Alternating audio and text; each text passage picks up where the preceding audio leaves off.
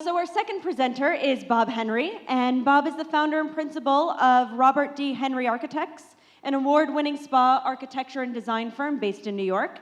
He is co-author of Spa, The Sensuous Experience, where his unique design philosophy is devoted to the empirical, evidence-based experience, whereby visitors engage all of their senses in his projects.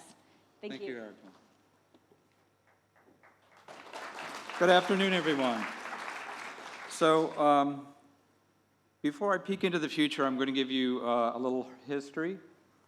And basically, I've been blessed to work in this industry for 20 years and have more than 25 international projects. Although I thought it would be interesting to focus on more of our North American projects and give you a sense of what I feel is sort of emerging trends and areas for the future. We're both architects and interior designers, and one of the wonderful words in medicine and spa and wellness is one of integration. So as an architect and interior designer, you have the opportunity to do that. So the first project I'd like to share is the Satai. And the Satai is a group that's bringing east to west. Perfect fit for lower Manhattan in New York, where we celebrate our multiculturalism. And so this group, we were trying to bring about that bridge and create a vocabulary that was somewhat unique to New York. So we were given an existing 30-story building built in the 70s. I might say a bit but ugly. You notice on the right? And we were at least able to tune up the entrance. And we created more of a mysterious and dark interior where we're working with darker materials and low lighting because we wanted to differentiate the process. And they're a spa-centric brand, so it was starting the journey at the public entrance to the building. The lounge on the left, after one goes through the changing rooms, is where you're picked up by your therapist. It should be a point of inspiration and contemplation. But even before that, what's interesting, as you enter the facility, especially in these urban conditions, it's very important to bring about this transition, especially if you only have your clients for a couple of hours. So we're trying to create this change up in terms of their energy level, right? We want them to cast off all that anxiety, let the shoulders come down and begin to relax. And so we have to create an experience, a journey that begins to facilitate the treatments to follow. People are often saying, how do we address retail? Or I don't want to call it even that, I call it lifestyle. I want all of you to consider giving some of your patrons a piece of the experience to bring home with them. And so if it's treated very specially, the whole expression of what you're sharing should be accessible. They want to be able to touch it. They want to be able to smell it and really feel it. So I think you can't put this behind cases. You have to make it extremely accessible.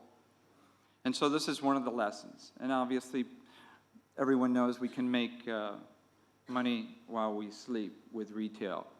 But present it in a way that's more about lifestyle and bringing that experience as a reminder of the brief moments that you had.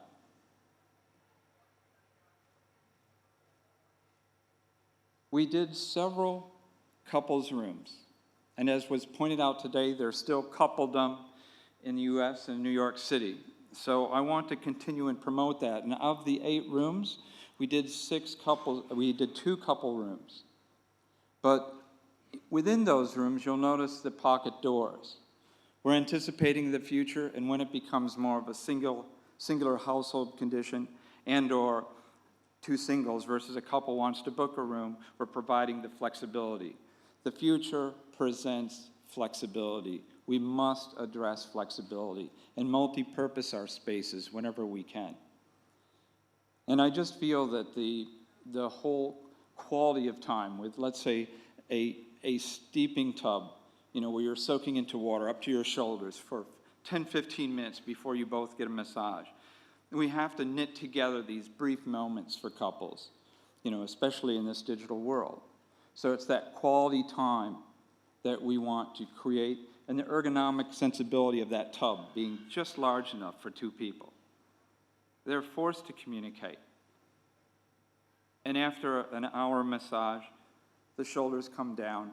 The level of communication is so much purer, so much more relaxed. This next project is in Beverly Hills. It's interesting to me because it was done 10 years ago. It's one of the first medical spas. And it's for Dr. Obagi. And for those of you that will see Dr. Obagi in a minute, you'll find that the building is a perfect fit for his character. He's a very serious dermatologist. You never see him outside of his white medical lab coat. And so the facility reflects this sense of, I want it clean, I want it to be respectful, and I want it to just exude a clinical feeling, because that's Dr. Obagi. So one size doesn't fit all. Each of our facilities should reflect its DNA and personality.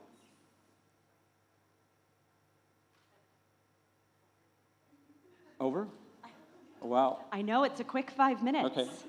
If you could give me just 1 second, because I'm going to address Anthony's question earlier.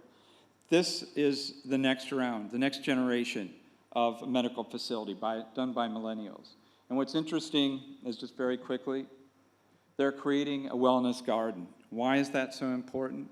Because clinically it's been proven that medical patients, if they have views of nature, they will heal 20% quicker. Their requests for medication, 30% less. So nature nurtures. Thank you.